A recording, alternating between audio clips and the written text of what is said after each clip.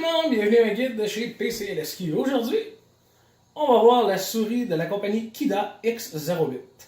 Donc c'est une belle petite souris sans fil qu'ils m'ont envoyée pour que je vous fasse un beau petit guide. Première affaire que je remarque vraiment, c'est l'emballage. L'emballage est vraiment le fun, c'est rare qu'on va voir quelque chose aussi beau que ça.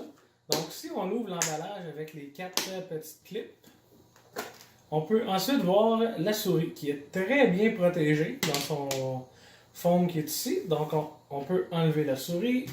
Si on regarde dans le restant de l'emballage, on a un petit guide qui nous explique comment utiliser la souris. Pas besoin de ça.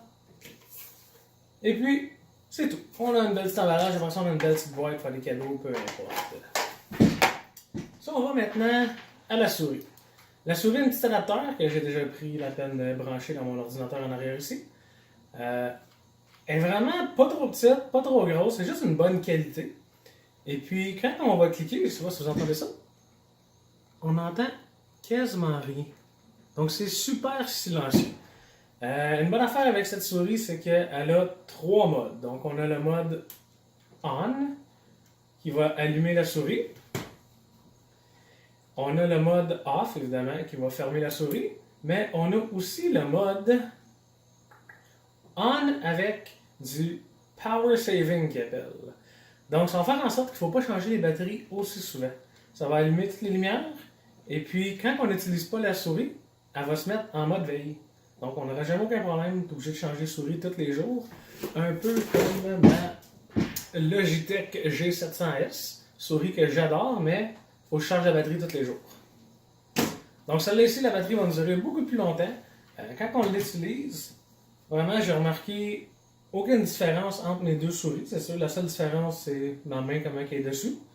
Il y en a un que mon pouce rentre à l'intérieur, l'autre non. Mais celle-là ici, elle va super bien. On a des boutons multimédia sur les côtés ici qu'on peut programmer dans les jeux. Une autre bonne fonction pour cette souris, c'est qu'on peut monter et baisser le DPI juste en pesant les petits boutons en haut ici. Donc si on pèse le premier bouton, on monte le DPI, donc notre souris va aller plus vite. Si on pèse le deuxième bouton, on va baisser notre DPI, donc la souris va aller plus lent. Ça dans les shooters c'est fantastique, surtout si tu aimes jouer un sniper. Tu veux que ta souris soit un peu plus lente, comme ça tu peux vraiment prendre le temps pour aller chercher un bon headshot. La souris elle glisse super bien sur mon tapis.